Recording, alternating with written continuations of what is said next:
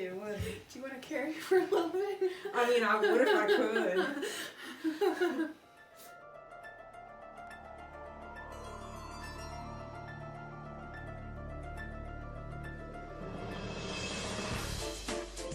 Hi everyone, welcome to Deadhouse.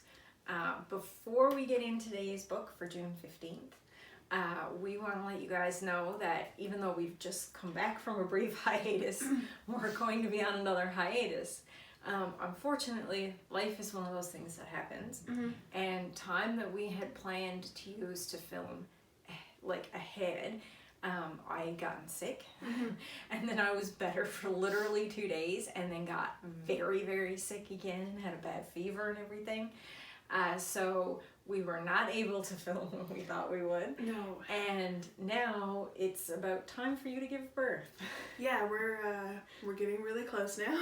Yeah, so it's time to take a break because unfortunately we're not going to be able to keep doing this now. And like I said, where I was sick, we never had the time to film like we thought we would. No, because I had to avoid you, Yeah. unfortunately. But that's just it. Things happen. Yeah. We hope you guys understand that.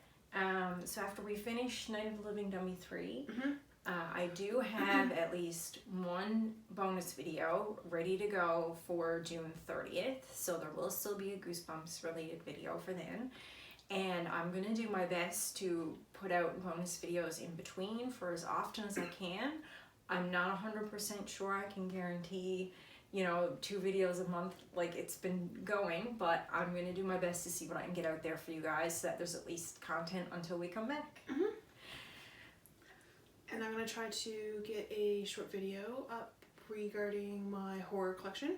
A lot of that is Goosebumps and Stephen King and a couple other authors that I'm currently reading. Yeah, that's another bonus video that we're hoping to do because that one should be easier because, Jennifer can do it at home. Yeah. And she can send me the footage and I can edit it together with stuff from my collection. And so that's hopefully something else we'll be able to do as a bonus video. Yeah. So keeping in mind I'm not in charge right now and yeah, but if it doesn't happen, it's something we'll do eventually anyway. Absolutely. But we'll hopefully get it out in between as part of our bonus schedule.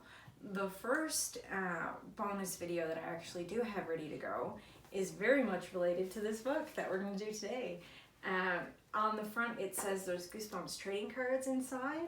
So the first bonus video is going to be about the Goosebumps trading cards and the ones I had as a kid. Sweet. Because I did have them and somebody did ask about that in our panel. Did I know about the Goosebumps trading cards? And I very briefly said, yeah, I knew about them, and then I talked about a few other collectible things you could get. But I'm actually going to do a dedicated video on the cards that I've got, a little bit of background information on them. So you guys can look forward to that for June 30th. And then anything else from there is fair game. If there is a particular Goosebumps topic that you would like me to cover and do a little bit more in depth while Jennifer's gone, please let me know and I will do my best to get that out as one of our bonus videos. Awesome. Now I don't remember if I had any of the trading cards. Only, I'm sure I did because I did have a little bit of a collection growing up. But all I remember is the pendant, the monster pendant that I had. The holographic one? Yeah, and I'm still kicking myself years later for getting rid of it. Yeah. And the pog, because I know you had the pog at one point too, and because you still have the slammer. That was in our very first episode, we talked about that. I still have that, I think. Do you still have your slammer somewhere? If you can find it, we'll include it in the collection video, if you can find it. If I can find it. It's going to involve, right now, somebody else to dig through my pins. So it might be one of those things I have to look for during a nap time. Yeah. Alright, so on that note, let's get into it. June 15th, Night of the Living Dummy 3. We are super excited about this. This is book number 40 in the original run, and it was first published in February of 1996. Yeah, there's an excerpt. It says in the cover of this, actually when I was reading the publishing information, an excerpt from the first chapter of the book was actually published in Totally Kids Fox magazine. Oh. And it was published a year before this, 3 months prior, in November of 1995. Oh. So a section of it was pre-published before the rest of the book. That's interesting. That is interesting. I love that they have that kind of information contained in the books themselves because I find that stuff so neat. Absolutely. I know not many people read the fine print usually, but yeah, I just think that stuff is neat. You start this right away from a first-person description of the house. We do. This is one where the house really is more of a character. This is something that was almost accomplished in Say Cheese and Die, but wasn't quite there. This one is much more there because the house is much more present and is made to feel like it's more living, and there's a lot of atmosphere around it. And it starts with it right away. There's this super detailed description of the attic stairs, and we actually get to know a little bit about the house before we're even introduced to our main characters, who are Trina and Dan. Yes, and of course Trina is 12 and Dan is 10. We're going with our usual pattern here. Yep. Seems to be a tradition to go through the books to have around that age group. Yeah. So by the time we're actually onto the second page, and we're upstairs with Trina and Dan investigating the attic and looking at the dummies, because their dad collects them. Right. I find that very interesting because this is the first of the three that we come across that is actually the father figure who has the dummies. Yeah, it's always been the children who had the interest. Yeah, so like he seems to be some sort of professional and has quite the collection. Yeah, because he was a professional and he used to perform with this one particular dummy named Wilbur. And I love the description of his jacket, that like checkered sports jacket. That's a description that's actually come up a number of times, and it's like a very 80s outfit. Very much. Those like sports jackets were like all the rage at one point, so it's kind of neat to see little like throwbacks like that. And then he actually made the clothing for his dummy, so he probably made his own jacket as well, or at least found the fabric to make a jacket to match his for his dummy, which is kind of interesting. He also did the maintenance on them too. Yeah, and he repairs them now. Yeah. So when he gets them in rough shape, he puts them back together. He like does filler in spots and sands them down and repaints them, and you know, makes sure they look really good and brings them back to their original glory, we'll say. Yeah. I mean, by the time we're at page 2, while she's describing some of the dummies and the work her dad does, like the entire atmosphere for the whole book has basically been set, like the tone from the way she's describing the attic. Yeah. Like the house really is alive in this one. She's very interested in the work her dad does to fix them up, whereas Dan, who's named after his father, is more interested in using them. Well, he can use them to insult people and play tricks and kind of get away with more of a sense of humor than what he would usually get away with. So he uses it kind of like an amplifier. And of course, by the end of the first chapter, we've got our first jump scare. That's exactly what Dan's doing. Yep. He's using Trina's least favorite dummy, Rocky, to play a practical joke on her. And he's got his father's help this time to pull it off. Yeah. Now this is the only joke that the father's in on throughout the whole thing, and there's a lot of jokes played, so I find that very interesting. Yeah, I think because like this one was kind of more harmless, and he knew she could take it and different things like that. And he also wanted an excuse, I think, to be there with them and show them his new find. God love that new find. Got to, yeah. So the new find is a dummy that we're quite familiar with. Found in the trash can. Yep, with his head split open. Yeah. Wonder how that happened. I have no idea how that happened. But the father has adopted this dummy from the garbage can. And can't believe anybody would throw it out instead of trying to fix it. Right, so that's immediately what he does. He fixes the crack in his head and does him up so he looks more newish and presentable and usable. Yeah, they talk about how there's like a chip gone out of his lip where there's a bit of paint missing, and his hands are all scratched up and weird as if he'd been in fights or something. I mean, the life that this dummy must have lived. They're trying to figure out how he got in such a damaged condition. And this is what I really liked about the start of this one and the introduction of Slappy, is because they played off of book 2. Oh, heavily, yeah. And I really, really like that. Like, I have a problem with sequels where they end the first one and then they pick up the next one and they don't follow through with anything that's previously happened. Yeah, so between the first and second book, the second book where this started, where Slappy had been refound, but there were hints to the last one. Yeah. Like, he was found at a pawn shop again. Mm-hmm. The same pawn shop owner that sold him the first time, who was extra happy to get rid of him the second time.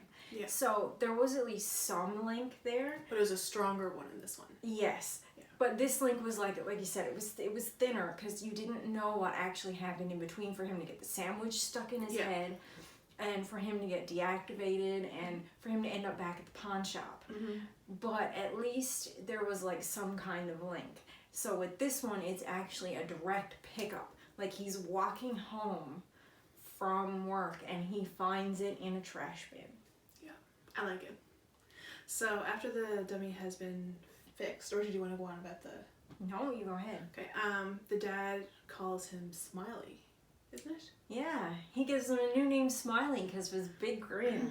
Yeah. But Trina's like, I don't know about that name, that's kind of weird. But he does have this big, weird smile. Well, he always has this big, weird smile. It's one of those trickles, or the dummy things. And they just creep me out, so... They creep most people out. Yeah. The dad introduces the new dummy to the kids. And they find the little yellow slip in his pocket. Yeah. Pretty much right away. Yep, and Trina decides to read it. Well, I mean, of course, because it's strange words and you're going to read it, and they sort of read it out loud and they don't pay much attention to it. Mm. But then... There's a wink. There is a wink. And then, as they're going back downstairs for supper, Trina claims the dummy slept her. Yeah. What? But of course he has, because that's what he does. He's Slappy. Yeah. That's kind of his trademark. That's where the name comes from. Yep. But for now, he's still Smiley. And they keep insisting he's named Smiley. And of course, Slappy doesn't correct them for quite some time, which is kind of interesting. Yeah, because usually he's more vocal about his opinion. Yeah, and he usually starts causing mischief right away. But as we're soon to find out, it's a little while before he actually... Yeah, takes the reign. Yeah. So we do have the introduction of two other characters coming in. An uncle and a cousin named Zane are coming to visit. And it's Uncle Cal, isn't it? Yeah. And the kids have been warned that they need to be nice to Zane this time because they weren't so nice last time. Yeah, and this is the perfect setup, actually, because they were playing practical jokes on Zane because they knew he was afraid of their house. Mm-hmm. Because their house is very old and it looks creepy and it seems spooky, and unless you're there, you know, it can be intimidating to be in, especially if you're easily frightened by things. Mm-hmm. And at the time when he was younger, Zane was very much easily frightened by things, which they thought was hilarious. Oh, they ran with that. But they took it way too far. They took it to the point of cruel. Mm-hmm. And, I mean, good on Trina for, now that she's 10, looking back on that moment in time and being ashamed of it and thinking they did probably take it too far and that her dad's right. Yeah. So they do plan on treating Zane a little bit nicer this time. Except for Dan, who's still fairly convinced he wants to play a trick. Yeah. So, Cal has this way about him where he constantly says that Danny, the father, is going to give him stuff, or give Zane stuff. So, like, Cal is well off. They're not hurting financially as a family. And as we learn, they're better off than his brother and family, because that's why the house is so older and decrepit seeming, because they can't afford to fix it up. Right. And Cal, or Uncle Cal, keeps on saying, oh, you know, well, maybe Uncle Dan or Uncle Danny can give you something. Like, it goes from a range of different things that is not being volunteered by Dan, but more so Uncle Cal. Yeah, who's like, oh, well, maybe he can do this with you, and oh, well, maybe Uncle Dan can give you this, or maybe he'll let you develop in his basement and give you development paper, and it's just... He runs a camera store. Maybe he'll have something there to give you, and it's like, oh wow, you're a nice Yeah. Uncle making promises to your kid. Right? And it almost kind of feels like he's doing it on purpose because he feels like he's owed because of how terrified Zane got last time he was there. Or at least that's the impression I get from it. It's never like stated that that's why Uncle Cal is sort of like that, but it kind of feels like maybe everybody's a little resentful about what happened last time, and so he maybe feels like his kid is owed something. Yeah, but I came off thinking that, it was very intrusive. They're staying at this family's house because they got reinvited back. They're creating more expenses for them because, it's great staying with family, but there are more expenses for the family when you do that. But and like all their meals are being taken care of. Yeah, they don't have to worry about anything. Yeah, and they have rooms made up for them, and then the uncle is just like, oh, and you're going to get this, and you're going to get that, and maybe you'll get this, and it's like showering the child with gifts, and I don't know, I just... Yeah, it definitely rubs you the wrong way, his attitude, despite the fact that you understand it was a bad situation last time, it still very much rubs you the wrong way. Like, it's a bit too presumptuous. Yeah. Like, if something was pre-agreed upon, fine, but there's no mention of any of that. And in fact, the father seems a little taken aback and is like, oh, well, maybe, at some of the suggestions. Yeah. And he definitely takes an interest in the fact that Zane is into photography. Yes, that's his new hobby. He definitely does say, well, you can use my dark room. On which Uncle Cal piles on maybe he'll give you developing paper. Yeah, it's kind of like if you give a mouse a cookie. Yeah. Only the Uncle Cal version. So Zane's new hobby of photography is more so for still life. So he was taking pictures of the banisters and the moldings and different angles and... Yeah, the way the light would filter through different things and how he found them interesting. Yeah. And he wants to go up to the attic because he wants to take pictures of the dummies. Yeah. But before he decides he wants to go up and take a picture, is it before he takes the pictures or after? I'm trying to remember now. Hang on, I've got notes. I can look this up. Oh yeah, no, yeah, before. It is before. Okay. So, as he's going upstairs to unpack his stuff, before he says he wants to go up to the attic, he finds Rocky. Yes. The jump scare. Yes, so this is our next jump scare. He goes upstairs and absolutely screams. Yeah. And apparently it's because Rocky falls down at him from the top ledge of the door. Yeah, so I was thinking, I was picturing this as he was sitting on the top of the door, and as the door was moved... Yeah, and as you move the door, he just fell. Yeah. Yeah. To which Trina and Dan instantly get in trouble. They'll both insist they haven't done it. Mm-hmm. Because this is just after them promising their father that they would behave. And they wouldn't play any more tricks. Right. And of course it's Rocky, which is Trina's least favorite one. Of course. Mm-hmm. So, did we figure out that Dan was behind that one? So that's what I'm unclear of. Because Dan definitely still wanted to try to play a trick. Yeah. And Trina is very much convinced it had to be Dan because he was the last one upstairs. And Trina was playing the piano before Zane showed up. So the only person who could have set it up would have probably been Dan. And they do apologize and go to take Rocky back up to the attic. And Trina is like forcing Dan to come with her because she's mad and convinced Dan did it. Mm-hmm. Although Dan insists he didn't. Because they have a threat. Because if they, the father threatened them that if they don't behave and they keep torturing Zane, then there is no summer camp. And they're really looking forward to going. They really want to go to summer camp. Yeah. So that's their motivation to, And not to mention, Trina doesn't really want to screw things up anyway. She doesn't really want to play tricks to begin with. But she's extra mad because now she'll miss summer camp as well. Like, there's that added threat. It's not, you've been good, you can go, but you've been bad. And when Charles stays home, it's either you both go or you both stay home. Exactly. Yeah. But Zane insists he wants to come up and take pictures of the dummies because he thinks they're pretty neat. And that just startled him because it fell down out of nowhere. Right, and that's fair enough. It is fair enough. Like, they're heavy. They've got, heavier heads, so they do fall down. Also, you don't expect that to happen when you open a door. No. Clearly.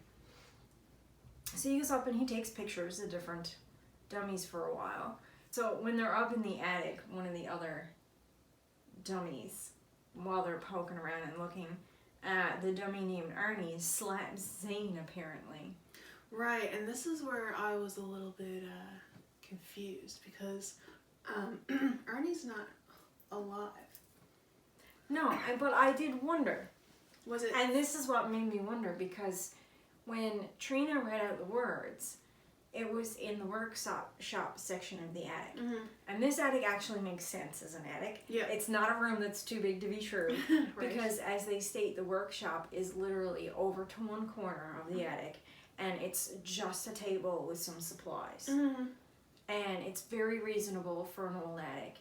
And then the rest of the attic is another corner where there's a window, and you've got a chair and a beach chair that's been opened up, and a sofa that matches the chair. And it's more like a love seat kind of sofa. And that's where all the dummies are set. And all the dummies are sat across, like the beach chair and the main chair and the love seat.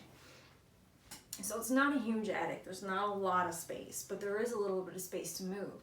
So when she said the words out loud, I kind of kept wondering this whole time if she had said them loud enough to activate all the dummies or not.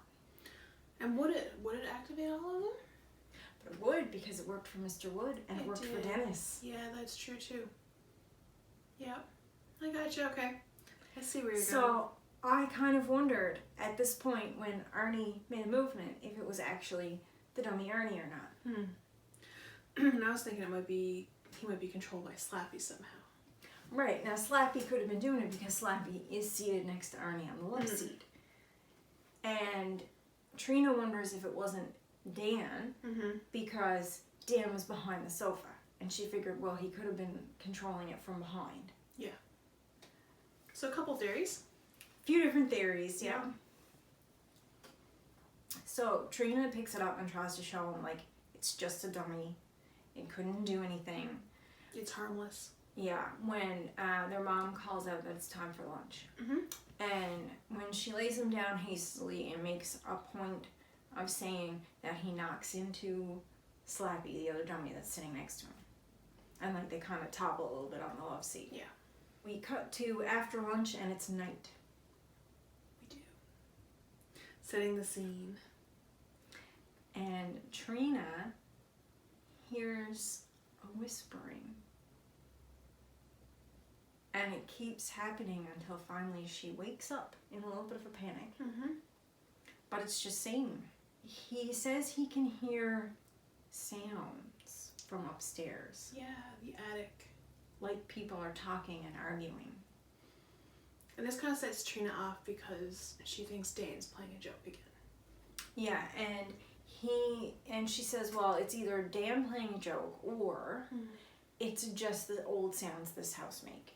And she's like, I can understand you not being used to it. It makes a lot of creaking and groaning and weird movements. And it can sound like voices in the distance. And Zane is pretty freaked out. And she's like, well, why did you come here for me? And he was like, well, I couldn't get my dad up. Weird. So they stop and listen. And Trina can't hear anything.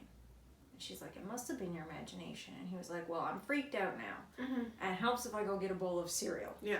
So it's midnight. And they're going to get a bowl of cereal, which she thinks is weird, but she's like, sure, fine, I'll go with you. Right. He doesn't know where anything is, so it makes sense that she goes down to help him. Yeah, and as they're going down over the stairs, they again describe the atmosphere of the house. And this is page 36 now. And I wrote this down because this was a really cool description.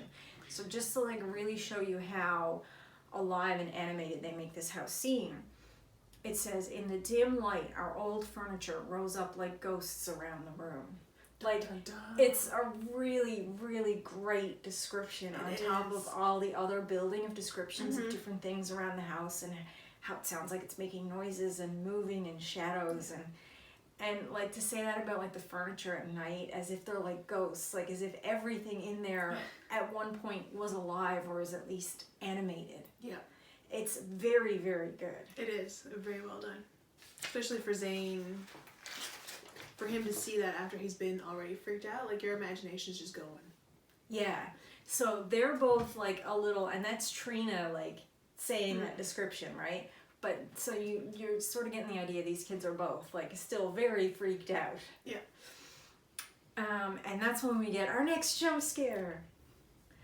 they see a shape, slumped figure at a kitchen table, and they're trying to figure out what it is, and the minute they switch on the light, they scream.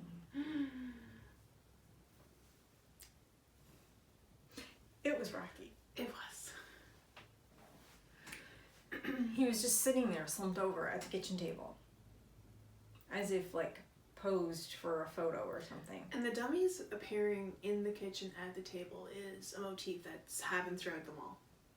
It's happened throughout everything, and not just with the dummies, it's happened with the camera. Mm-hmm. It seems to be like a central location where things just randomly show up.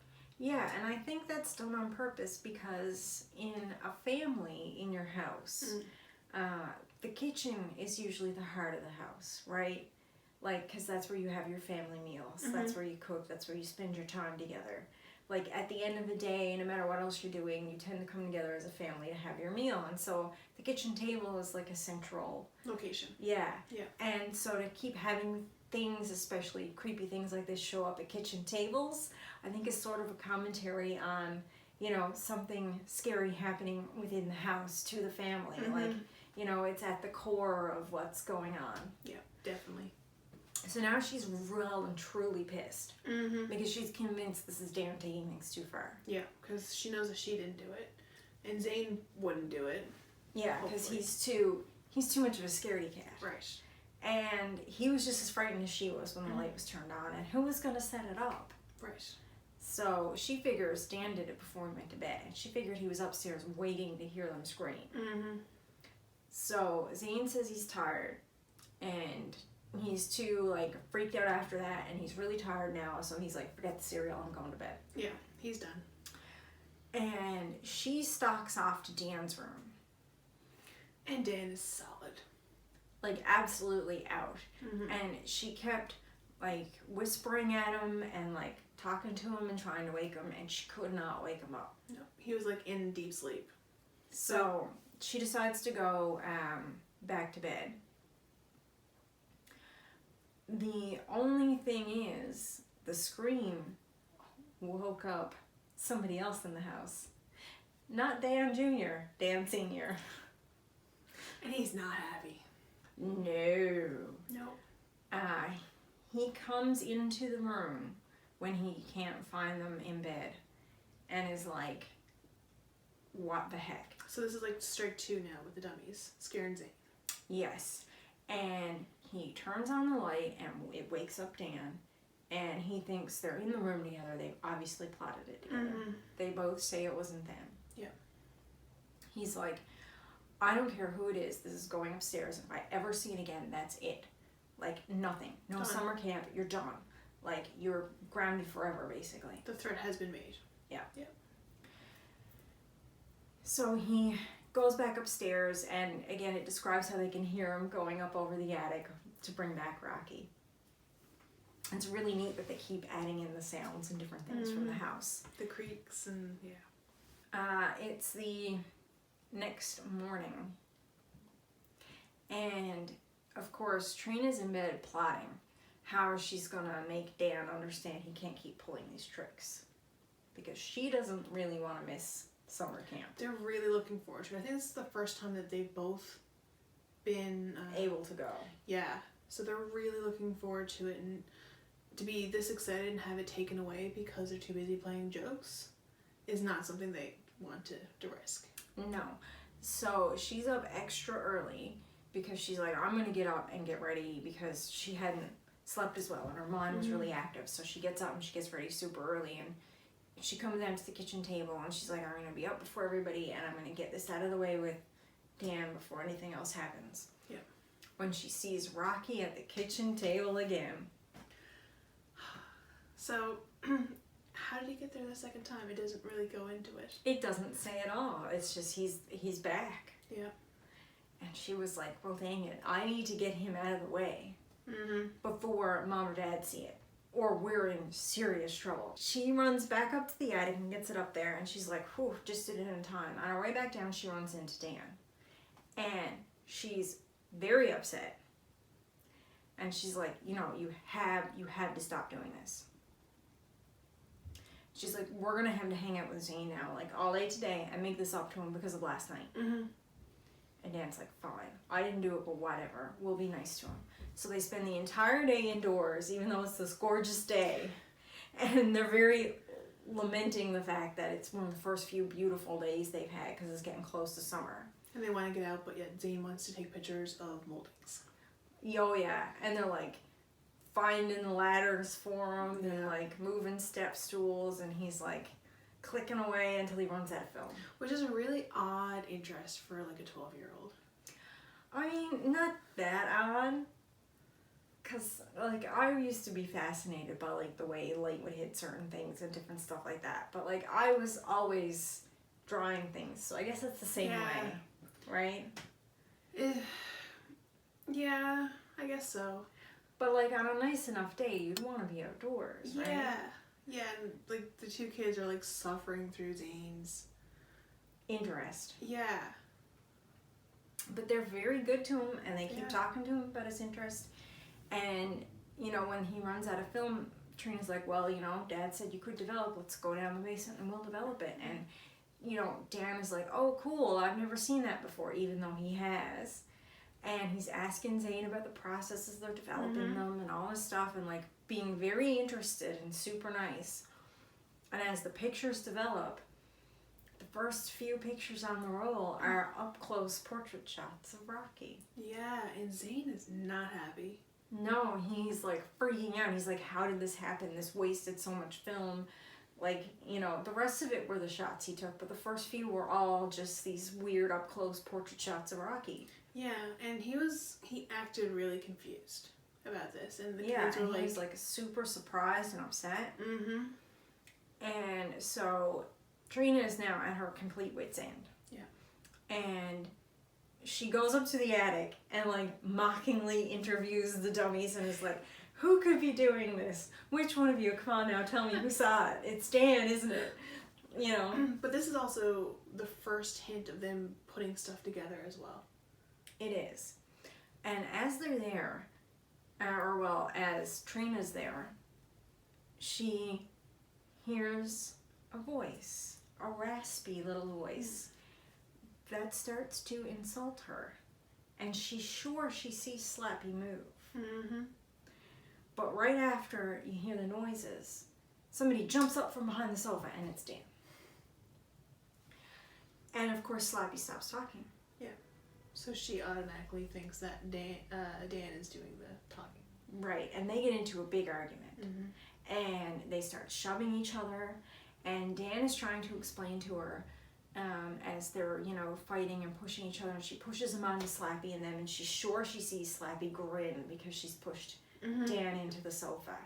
Like, you know, she's positive she's seen his grin get bigger, like he's pleased with what's happening here. Yeah. And the two of them keep fighting until Dan finally says, no, wait, listen, we shouldn't be fighting, it has to be Zane. Yeah, and the reason it has to be Zane is because the camera is always attached to Zane. He would never go anywhere without it. Right, so if the pictures are on his camera... Who else would have taken them? Right. He's always got it with him, always. So the kids are becoming more suspicious now. They know that neither one of them are at fault. Yeah, and Trina doesn't want to believe it. No. She thinks he wouldn't do that to them, but she's starting to see the sense that this makes when Dan says it. Mm-hmm. So she decides, especially now, that they're really getting into trouble with their dad, because now he's upset because, of course, Zane has told him about the trick with the film. Yeah, so Uncle Cal promises him more film from the shop. Yeah. And it's also at this time that when the siblings were fighting, just as they start to figure things out and they get in more trouble, there's been a weather change. Mm-hmm. And the wind starts rattling the attic, and clouds are starting to cover over the moon, because it's like it's evening now and it's getting dark. And they talk about how there's little bits of silvery light around, but like it's not very bright. There's a lot of deep cloud cover, because it very much transitions from supper to night. Mm-hmm. And Trina has decided to go along with Dan, now that they're in so much trouble, to see if they can catch Zane in the act. Yeah. So they hide in the attic behind the couch and wait. And of course it's so warm and stuffy up there that despite the noise from the weather, Trina falls asleep. Mm-hmm. And when she wakes up, she can hear this shuffling, scraping footstep noise. Dum dum dum. And in her dreamlike state, she thinks it's the dummies coming alive, and that there's like many of them coming alive because she's conflating that with the sounds of the storm as well. But when she wakes up, she sees that Dan is there, crouched, ready, and he's like, you know, don't say anything yet. We're gonna catch him right in the act. So they peek around the edge of the sofa, but they can't see more than like an outline. So this first time, they're just trying to figure out what's happening, who it is. And they slowly come around the sofa as they see this figure get more intense with the dummies. And she says you can hear this wooden like clonk, as if it's two dummy hands coming together. But I think that might have been a typo, because it would have made more sense for it to be dummy heads. Because if he's moving around the dummy, the two heads would make a large clonk noise if they hit. It would. Whereas their hands would be more of like a little tinkling, like it wouldn't be the same like wooden knock sound that you get out of the head. It sounded almost heavier, like. Yeah, it describes it as like a real like clonk noise. Yeah. So I'm assuming that's supposed to be two dummy heads and not hands, and that it's just a weird typo. Yeah. Knocking together. So as this person is busy trying to make as little noise as possible and like knocking dummies around, Trina gets around one side and Dan's around the other, and Trina flicks on the light. And it's Zane. It is, of all people. He's been doing it the whole time. And he's been doing it to mess with Trina and Dan. As payback for the summer, they terrified the ever-loving crap out of him. Which, you know, okay, they kind of had it coming, but... It still wasn't really fair. No.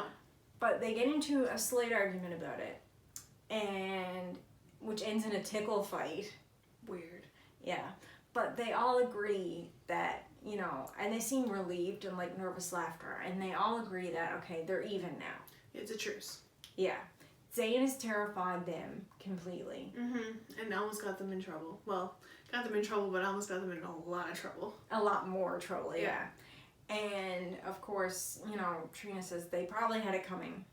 Because they did make him run away screaming from their house, vowing he would never visit them again. So... That's pretty good insight for a 12-year-old. Yeah. Yeah. Fair enough. And they all go back to bed. Yeah. And so things seem resolved now. They're better friends. They've had their big cathartic moment. And they spend the next day outside playing. Yeah, and they actually do play all day together. Yeah. And the only person home is their mom. I think so, yeah. I think so. They come home and they're about to go inside when Zane sees this like old well out back. Foreshadowing. And he wants to take pictures. So they take some pictures of it and then they go inside. And Zane goes up to his room only to find it's completely and totally trashed. And that is something that Slappy does. Yes. The room is totally destroyed and Rocky is sitting on the bed in the middle of all of the clothes. And Zane is losing his mind, and that's when the mom comes in and sees the mess with Trina and Dan, and she's not happy. No, and at first she tries to blame Trina and Dan, but Zane says, hang on, I was with them all day. Yeah, they didn't have the opportunity to do There this. was absolutely no way they could have done it. So now the mom is frightened that somebody broke in. But there's nothing stolen. No, and it's just his room trashed. Yeah, so it's very selective. Yeah, but Zane, you know, believes the two kids because he was literally with them the whole time. There was absolutely no way they could have ever done it. No. And he swears to it so much that the mom is convinced somebody must have been in the house when she was and she didn't hear them. Yeah. And, you know, when the dad gets home, she explains it and they fix the room and the kids help and everybody gets together and does it. And, of course, There's only one thing broken, a lamp that needs to be... that needs to be replaced. Yeah. The dad's a bit upset to see the dummy there. Mm-hmm. But, you know, all the kids swear enough that it wasn't them that they believe it. He's confused and he's tired and he's done with their so-called lies. So, the dad brings, you know, Rocky back up to the attic. She has a dream that night, Trina, about the dummies partying in the room as if they all came to life and they were like dancing around. Yeah. And the description she gives of the dummies and their like weird movements and like how they would be partying and tearing apart the room. Very creepy. Mm-hmm. Very good description. Like if you have a thing for creepy dolls and just not interested in being around them, that description would send you to close the book and just kind of walk away. Yeah, it was very well done. It was. Of course, she wakes up to find Rocky is strangling her. Mm-hmm. So that's like almost like an old hag type wake up. Only instead of there being an invisible force, there's an actual dummy choking her. On top of you. Yeah. So she throws him off and he goes to the floor. And as she screams and throws him off from choking her because she's making a big racket while he's choking her, the parents come in and they burst in and turn on the light. Mm-hmm. And the dad is livid. Oh yeah, because Rocky is down again. And they've never seen him this mad. And he knows it's not Trina this time. Mm-hmm. So now he's like, you know, Dan and Zane, whichever one, like, I don't care, you're all in trouble. Yeah. He is like, this dummy never leaves the attic ever again. And Trina's very upset. Like, and she's traumatized. Not really understanding what's going on. No. And she's wondering if there's something to Rocky being alive or not. Mm-hmm. Like, she's really questioning everything now. And he is like super pissed. But, you know, the mom's like, you know, calm down and we'll figure this out later. And once he calms down, he once again has to take Rocky back up to the attic. Yeah. And he threatens to, like, lock him up there. And Trina thinks, like, yeah, maybe he should really lock the door. Yeah. Even though we know locks don't really do anything for the dummies. Not for Slappy, anyway. No. But, you know, good thought. We don't know for certain that it's him yet. We No. just know stuff is still happening with Rocky. After the truce has been called, so... And Dan is convinced this is Zane still doing it. Yeah. And Dan is mad. Because, like summer vacation is going to be taken away for sure now. And like, the dad was so mad. And it doesn't affect Zane, so Zane can keep doing whatever he's doing, truce or no truce. It only affects Dan and Trina. So, like, they would get the brunt of the punishment. They would have to get the repercussions, but Zane would get scot-free. And Trina doesn't want to believe that. She's like, no, we called a truce. He can't be doing this to us. He wouldn't take it this far after this. Dan is like, no, it has to be him. He wants them to wait in the attic again and catch him. But Trina doesn't want to do it. Cut to the next day. They're having a big dinner party. And, of course, Zane and them are sort of getting along, but there's some tension because Dan is very suspicious and Trina doesn't know what to think. But for the most part, things are going well. They have neighbors invited over for the dinner party. They've got some friends, you know, other family. Mm-hmm. Neighbors. All people they know really well. The table's all set up beautiful. And the mother's, like, just brought out the appetizers, which involves the scalloped potatoes, and, like, the wine is all out, and everybody's, like, sort of enjoying themselves. Fine china. Yeah. Of course, it's taken them almost all day, because this is evening now. Yeah. And it's taken them almost all day to get everything ready, because the house is older. So, like, the mom and dad have really, like, gone through and cleaned, and Cal's been out shopping, and everybody's been getting ready for this, basically. And this was the only moment that Zane was without his camera. Yeah. And he was like, oh, hang on, I forgot my camera. I want to go upstairs and take a picture of, like, this beautiful table and all the people together and, like, have this moment. So he runs upstairs to get his camera. And it is smashed. Yes. And Rocky is sitting on his bed with the broken camera. That Rocky dummy. So when he's upset and yelling, not only the dad, everybody, the entire dinner party runs upstairs to see what the matter is. Yeah, because Zane screamed.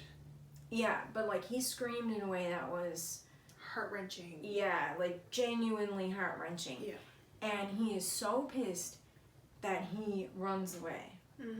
Because he is mad now. He's convinced it has to be Dan and Trina getting back at him for playing tricks with Rocky earlier. Yeah.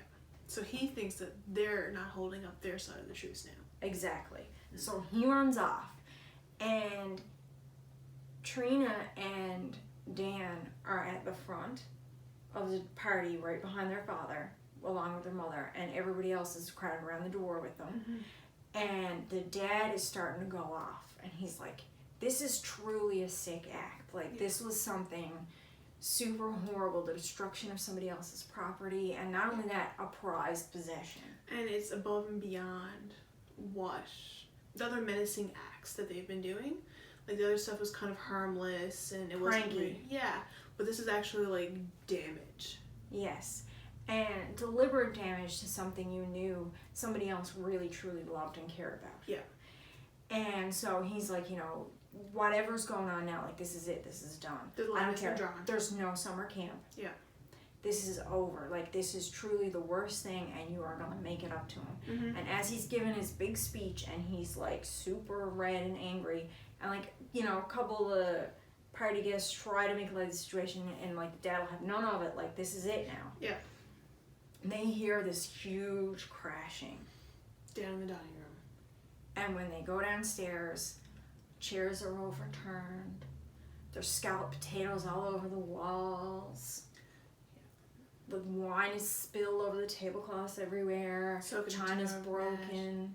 You can see where, like, plates have been thrown against the wall. The room looks like it had been hit by a tornado. And over in the corner is one single dining room chair that had been pulled over. And sitting in it, holding 2 glasses of wine, are Wilbur and Slappy, as if they're giving a toast. Yeah. The mom is upset, and she's crying. Oh, yeah, because this is everything that they've been working hard for all day long. And, like, it's not just the food they had on the table. It's all of the food in the dining room, all the plates, everything. Nobody can have supper. Everybody has to go home. Well, at least the company, though, helps clean. They do. everything. Because the dad is upset. The mom is, like, crying and so distraught she goes to her room. Yeah. And he's like, you know, I have to go comfort her. So while that happens, the kids, Trina and Dan, and the guests, and Zane, who now has seen the mess, and the guests all pull together and clean everything up. There's nothing saved. No. They do their best to clean what they can clean and put things away, and then everybody, you know, leaves. And the dad comes out as they're leaving and, you know, thanks them, and then he doesn't fail to mention that, you know, he did see the dummies sitting there. Yeah. And he's like, I don't care what goes on now, like, this is, like, you're done. When I'm finished with your mother, I'll talk to you later. He's, like, so upset there are no words. Right. And he's like, the 2 of you can just go to bed. Yeah. And Cal offers to, like, get burgers or something for supper and, like, actually buy something. Yeah. Which is out of character for him. Oh, yeah. And bring it over, because this is a devastating thing. Yeah. And the dad's like, no, we're not hungry, we're not gonna eat, we're not having anything to do with it. It's like, get something if you want. We're finished. So at this point, Trina is on board with Dan. Because her and Dan were upstairs. Their dad was looking at them, lecturing them when the crash happened downstairs. Yeah. So, who did it? How are they going to explain this? They think it had to be Zane, because Zane had run away. He did. He was the only one not there, because everybody went upstairs. So they think that he had a tantrum. Yes, and they think it was retaliation for that. And honestly, when it happened, I thought first, when they heard the crash, it was going to be the piano. Because that was the thing she had been playing and she had loved. Yeah. So I thought that was going to be the next logical thing to be destroyed, but it wasn't. It was the entire dining room. Piano doesn't really come into it ever again. No. That was just a side note. Yep. This time, Trina's like, we're going to catch him. And this is where they come in with the camera. So they they hide out behind the couch in the attic again. And they wait. And they wait a really long time. Right. So they caught Zane the first time. They want to catch him the second time and have proof this time. Clear their names. They're going to summer camp, by gosh. Mm-hmm. Only they don't catch Zane. No, they hear movement. Mm-hmm. They see a figure starting to like pick up a dummy. Mm-hmm. So instead of turning on the light, Trina pops up and uses the flash and takes pictures. And it's Slappy. They're horrified. So they turn on the light right after because they can't believe their eyes that it's actually the dummy. Yeah. And this is when Slappy finally talks to him as well.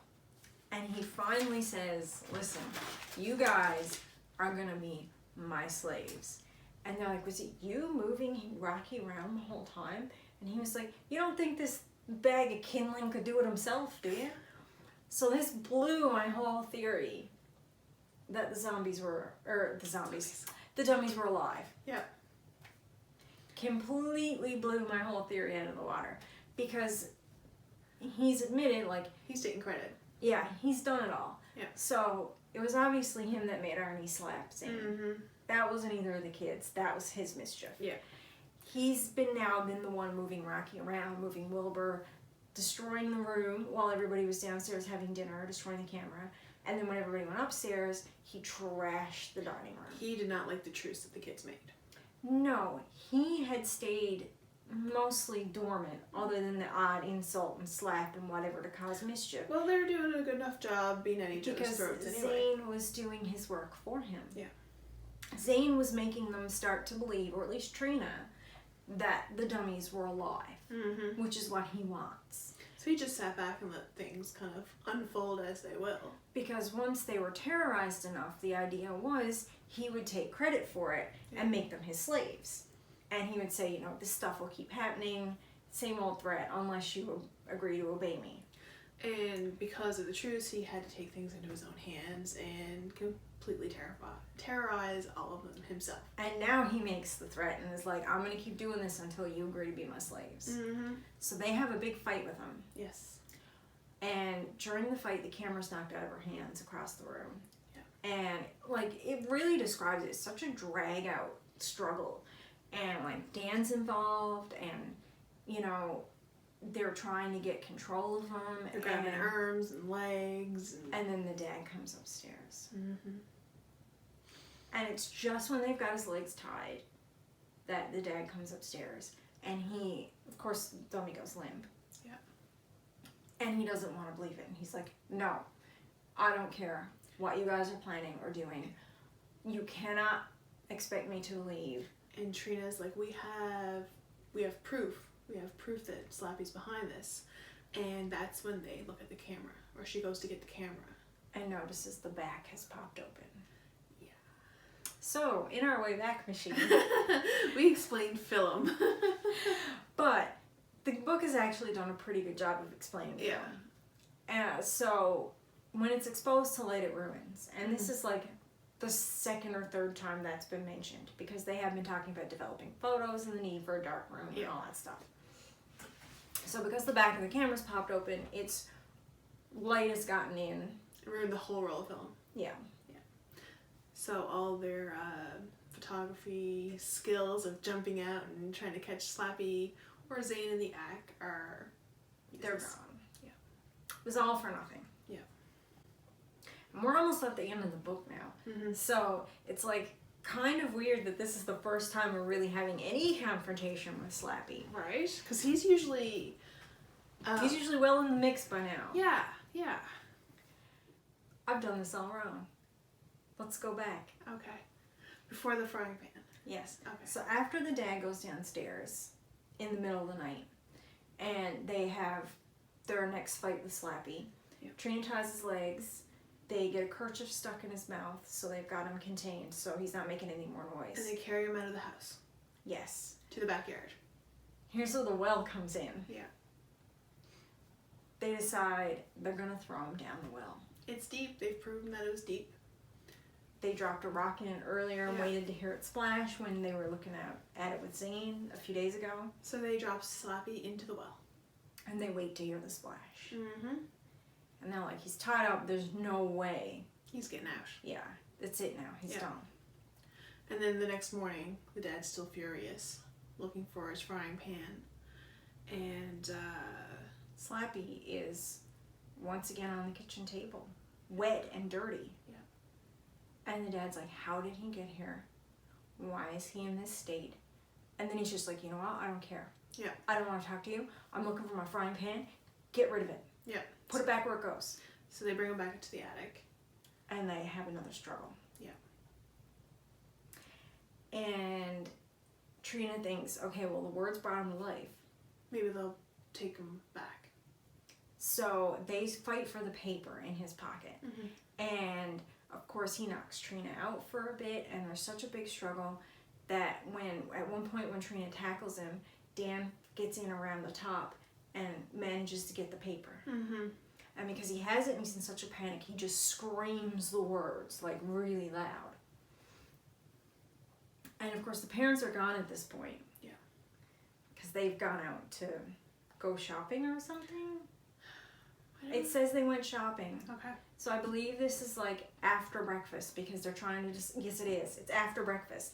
Because they're trying to decide after they brought Slappy back upstairs what to do with him because they know he's alive. Mm-hmm. And they are alone in the house. They're punished. They can't go out. They've gone out to take Zane out shopping. So Cal and Zane and mom and dad are shopping to make up for the broken camera. Yeah.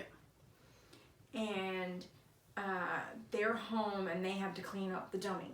So they were trying to plot what to do and Trina's like, this is my big idea. We're going to reread the words and it's going to put him to sleep. Mm-hmm. Except it doesn't. Didn't work the first time either. Or the second. No. I remember the first book when Mr. Wu was like, those bring me to life. Don't be stupid. But yeah, so it doesn't work and they're devastated. Mm-hmm. And they think this is it now. And of course, Slappy is all triumphant and that's not going to work on me. No. But because it's been screamed in the center of all of the dummies, apparently the volume affects the power of the words. And they now have a lot more to deal with. 12. Live dummies. And they're terrified. They think, oh gosh. Yeah. Because they all start coming towards them. And they think, oh no, they're going to all come after us now. This scene kind of reminded me of the Mummies. When they all shuffle and come to life. Yeah. Because they're all like shuffling towards them in the room and they're terrified. And Yeah. it's the same thing that happened and they thought it was going to get them, but it doesn't. It goes for Slappy. It does. They So, do. instead of Wood, where Wood was also evil, these dummies must be good. Because they instantly go for Slappy, almost instinctively. And they start attacking him. They're ripping up his suit jacket. They're pounding on him. Because he's a threat to the family, and I guess the dummies have been with the family a lot longer, and they realize that their master, or like family, has been terrorized. So let's take out the enemy. So it's much the same way as Dennis Yeah. swooped in to protect them when he heard the plan that, Yeah. you know, the younger brother was supposed to dress up as Yeah. him. He stops moving around. So Trina and Dan think maybe this is it. Mm-hmm. Maybe Slappy's finally killed or whatever. But of course, at that moment, Zane runs upstairs because they're back from being out. And because he does come upstairs, that all of the dummies fall lifeless. They do. All on the floor. Yes, in a pile on top of Slappy. Yeah. And Zane sees this and thinks, what are you doing with all these dummies? Were you planning to play another big trick on me? Like, what's going on here? It looks kind of like a setup. It does. Yeah. So, of course, he runs and tells on them immediately. Right. Making the situation so much better. Yes. And it's almost time for Zane to go. Mm-hmm. And he keeps reiterating, you know, oh, they were going to do something else, and oh, they've been doing this. And he's really being a pain in the butt about trying to get the father to respond and make them in trouble. But the dad doesn't because it's like, well, they never actually did anything after. Yeah. Everything is back the way it should be upstairs. Everything's fine. Mm-hmm. So as far as we know, these other dummies are keeping Slappy under control because it's 12 to 1. Yeah, even though Slappy is a bit of a force to reckon with, is probably not able to take on all 12. Yes, and I mean, Zane is leaving the next day anyway, so how much more upset can the dad get at this point?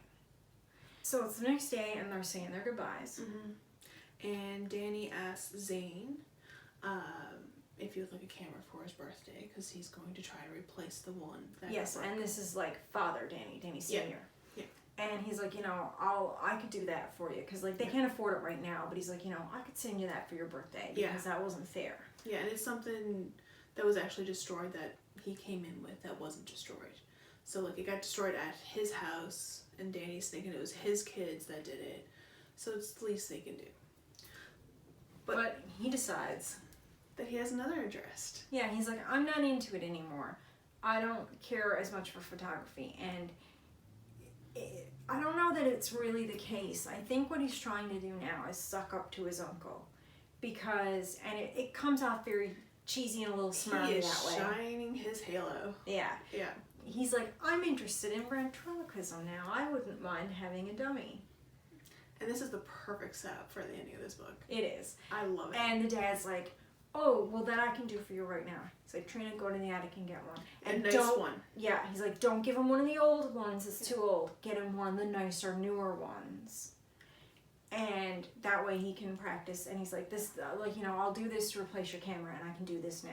No problem. And going back to the earlier description of Slappy, he was just newly painted and fixed up and has clothes done. And now his clothes are a bit more ripped and stuff because the other dummies were on top of him. But other than that, he's still in really good shape. Yeah, and Slappy hasn't made an appearance to Zane. So he doesn't know that Slappy's alive. Right. So like the only interaction that Zane and Slappy have had is Slappy sitting on the couch. Right. And he didn't know that was Slappy made Arnie move. Right. So Trina grabs Slappy. Because she sees this as the perfect way to get rid of him. And she doesn't know if he's deactivated or not. But even if he isn't, not her problem. Yeah, she just wants him out of the house. And she is angry now that Zane is still going through so much trouble to try to get them upset. And that way he's sucking up to their father and like, really rubbing it in the fact that there's no summer camp now. Yeah. So she's like, you know what, fine, whatever. We'll pass it off to him. And that's a solution to one of their problems. And of course, as he leaves with Slappy, Slappy winks at Trina. He knows. He's still alive. The dummies haven't gotten rid of him yet. No. And now he's alive with Zane and Cal. That's the end. It is. And it doesn't tell us if the paper was put back in his pocket either. It doesn't tell us that. But he's not. The paper might be lost in the attic somewhere, but it doesn't matter because he's already alive. Yeah. But does that mean, like, in this one and the other ones, the person who reads the paper becomes his slave? But would Zane be his slave now? Well, he would because he owns him. Yeah. Whoever has possession of him is who's going to become his slave. I like the end. I did like the end. And that's the thing. It's a very good cliffhanger ending. And it does solve one of their problems. But a lot of things are still not quite resolved. No. Much like the first book, the kids are still in trouble at the end of it. Mm-hmm. Because so were the two twins at the end. Yeah. But the two twins had at least resolved things amongst each other and understood what was going on. And at the very end, they find out Slappy's alive too. Yeah. Or at least, according to our theory, yeah. Linny finds out because she was the only one that didn't know. Or no, Linny knew. Was there a twin that didn't know? I might be getting the two sisters' names confused. But either way, one sister didn't know for sure, and the other one probably did. And this one doesn't wrap up, so it leaves it open to think that maybe Slappy continues to get into trouble at Zane's house. It's not an ending I super like just because nothing's resolved, really. Like, there's still a lot of animosity between the set of cousins. Yeah. That conflict is never dealt with. Like, at least in the first book, the two sisters make up. Yeah. In the second book, the two sisters make up in such a way that's very good and way more cathartic and a much better makeup. Like, In the first book, the two sisters make up out of the necessity of having to get rid of Mr. Wood. And they come together over that. In the second book, the two sisters actually work things out and have a moment, and it's really sweet and really touching and really good. Like, you feel the resolution there of the main conflict, but you don't get that here. No. The siblings are Dan and Trina don't. I mean, they get along, but they don't solve their problems with their cousin. Yeah. They just solve their problem with the dummy. Yeah. And so, as much as I don't like that there's no resolution for us, that we don't feel that relief like we did in the other books, it's a very good cliffhanger ending because there is still animosity between the cousins. So nothing is resolved with Slappy really either. Like, nothing is actually fixed. We don't really know what's going to happen with the other dummies. We don't know what's going to happen with Slappy. And it's all because the cousins are still upset with each other. So once again, the dummy represents the conflict between the main characters. Like, he eggs on that conflict. You saw him getting happy when the siblings were fighting, but when they made up and then they finally made up with the cousin, he had to start doing stuff. Yeah, he had to stir the pot again. So, I mean, in a way, it's very good because it does very much symbolize the way that nothing is fixed between the cousins. No. What do you think of the book overall? I liked it. I did too. Yeah. I really liked it a lot. So now that we've gone through the first 3 in the original run, before we do any other outside Slappy books, which was your favorite of 3? Oh goodness. I'm gonna say the first one, the two sisters, because I could relate to that, like being the older sister and having the younger one kind of, you know. I mean, even though they were twin, they were always saying, "I was born a bit before you." Yeah. Like, I just couldn't relate to that one a whole bunch more. I liked the second one best. Okay. Because I really liked the story in that one best. I felt like it built on what the first one did. And it did some of the conflict and resolution things a bit better. And that ending scene with the head getting cracked and everything. And the worm. Yeah, but the head cracking and like all that stuff, like, that was something that I actually did still, like, very viscerally, if I can speak, remembered. Yeah. Like, from when I was a kid, to the point where I was actually remembering things from the second book when I was reading the first book. Oh, okay. Cool. Like, I was getting them conflated, I guess, in my, it had been so many years. Yeah. And, yeah, so the second book really, for me, I feel like really was my favorite, although this one was very solid. Oh yeah, I enjoyed this one. What was your favorite scene from this book? I liked when all the dummies come alive. Yeah, because it did remind me of the Mummy one. And that just, like, kind of resonated with me. I'm like, they're doing it again, they're doing it again. My favorite scene was when she describes her dream. And she thinks they're all alive, because that one was so creepy and chilling, where she's describing the movements, and, like, that was very good. Yeah. In this, we had more, I mean, to do due diligence, we had more mentions of video games. We did. No branding this time, though. No. It didn't say Nintendo specifically. No. It's following a trend of the other books that have had video games in it, of video games being a kiddie thing. Yeah. Especially in this one, where, like, in other ones where the kids are using video games, they're presented as more, like, immature. And entertainment. Time filling. Whereas with this one, it's really come out and said it's a kid thing, because Zane is not interested in video games anymore, because now he's got his camera, and that's better and more sophisticated, is the way that comes off. Whereas Dan is, like, so much younger than them still. He's only 10, whereas they're 12. Yeah.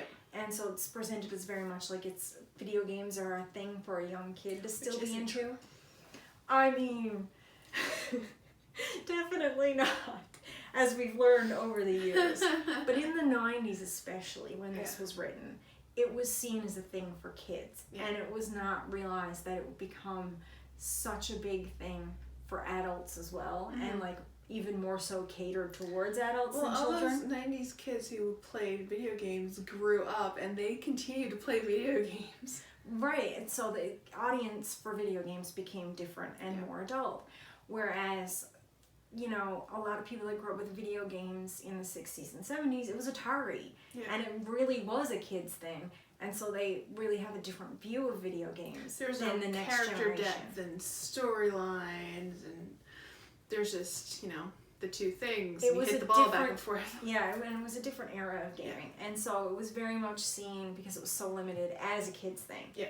But as the technology improved, everything sort of escalated in a way that not everybody Yeah. recognized. There was one thing, too, it made a reference I wanted to mention. Ooh, what's that? So the namesake of this series is Night of the Living Dead, right? Yeah. And up to this point, they haven't really made any direct references to that, but R.L. Stine does in this book. In fact, it's made in that first scene when the dad is there. Because it says he's coming to get you for Rocky. And it was very much shades of, they're coming to get you, Barbara. Like from the first Night of the Living Dead. So that was definitely a reference there to like its namesake, where it got it from. Yeah. Which I thought was neat. I love when they do that. So is there anything else from the book that you wanted to talk about, or do you think you're good? I think I'm good. Yeah? Yeah. How about yourself? I'm definitely good. I talked way too much this time. Well, I kind of needed you to talk. But was there anything else in particular that you noticed, or that you thought was clever, or you liked about it? I thought it was clever how they tried to destroy Slappy again with water. Because they did try to put him in a suitcase and drown him previously. Yeah. And this time they did it in the well. And both times he ended up sogged, dirty, and at the kitchen table. Yeah, that So, was like, neat to see. There was repetition throughout how the kids... She threw him in a drain in the second book. Yeah, there's Yeah. repetition about how... And in the first book, they buried him and it was raining outside. And, Yeah. So, like, how the kids think of how to solve the issue, there's repetition. Like, yeah, it's similar, yeah. but different enough to be different to each situation. So, like, read the saying again that brought him to life, to put him back. That doesn't work. And then, you know, to, like, bound him and get rid of him, either burying him or throwing him in some sort of water. And the rain, like you said. So, like, the kids are all thinking along the same lines of how to destroy him. There's and it's a nothing very new about him. kid way to think of how to get rid Yeah. of something. Like, bury it, throw it down a well, put it in a drain. Like, Yeah. Nobody thinks of a wood chipper. that might have worked. I mean, cracking open his skull worked. Right? Go put a million pieces of yourself back together and end up at the kitchen table and we'll talk. Yeah, really. Right? Yeah. So that concludes the first part of the Dummy series. Yes. The next book we are doing will be Bride of the Living Dummy. And much like the other Series 2000 books, it does not have the description of the book on the back. It's just a quick little, like, one-line thing from the actual story. So we're not going to bother to read that out. We are only doing this book from Series 2000. Mm-hmm. There are 2 Slappy books in Series 2000, but we're only doing this one because Series 2000, as we've discovered, is really hard for people to get a hold of. Right. It is. So we're only going to do this one because Bride of is a classic horror trope that's done a lot. Yeah. And so it would be kind of weird to not do a Bride of story. You have Bride of Chucky, you have Bride of Frankenstein. And this even has like the hair and homage to Yeah. Bride of Frankenstein in the picture. It is a shout out to horror movies. So we felt like we really needed to do this one. Mm-hmm. That being said, if you can't get a hold of it and you can't read along with us, that's fine. We will recap it. So if you just want to listen to the recap, you can go ahead and do that. Yep. You don't necessarily need to otherwise participate. Another thing you can do is check your local libraries. Mm-hmm. They tend to have both physical copies and digital copies even of books. So they might have it I think archived digitally so that you can lend it out that way. Yeah, I think the Series 2000, when we did the previous one that I found, there wasn't an ebook. But No, but the library might have an archived copy. They might Because have they do, like, there are a number of libraries now that do digital lending. Mm-hmm, that's true. And it's not just for, like, ebooks. Sometimes they have copies made of, like, books in their collection so that you can check them out digitally. So be sure to at least look into that as an option. And if a library doesn't have a particular book, where they can, they will order it in from like other nearby libraries and things like that. So if you get in contact with them ahead of time, you could possibly get it into your library. And you do have time, so that we're going to be doing that one when we get back from our hiatus. Yes, so there will be lots of time to try to get a copy of this if that was something you wanted to do, but it's not 100% necessary. And we'll announce, definitely on Twitter, I'm not sure if we'll do an announcement video when we come back with our date, but stay tuned and we will keep you guys up to date on when we are restarting. Yes, and speaking of Twitter, where can everybody reach you? I'm at coffee_with_Jen with one N, and yourself? And I'm a glitter macaroon with 1 T and 2 O's. And we have the hashtag GBC Ghost Next Door. Yes, so any recommendations you've got, if there's certain Goosebumps things you want me to talk about or look into over the break to make videos for, do contact me there. Use that hashtag, let me know. We are still hoping to get enough audience participation to do a questions from the Ghost Next Door segment video, which will be just like interacting with you guys and answering your questions. And I know that you'll be keeping a closer eye on the hashtag than I will be over the next couple of weeks, but I will be jumping in as I can. Jennifer may be unavailable on Twitter for a while. She may be unavailable on most social media for a while, but I will still be actively checking it and keeping everything up to date. We do also have an announcement video coming up, which is going to have the entire run of Slappy books that we plan to actually cover. And it's going to have some other announcements as well, so you'll want to stay tuned for that. And until next time, reader beware. You're in for a scare.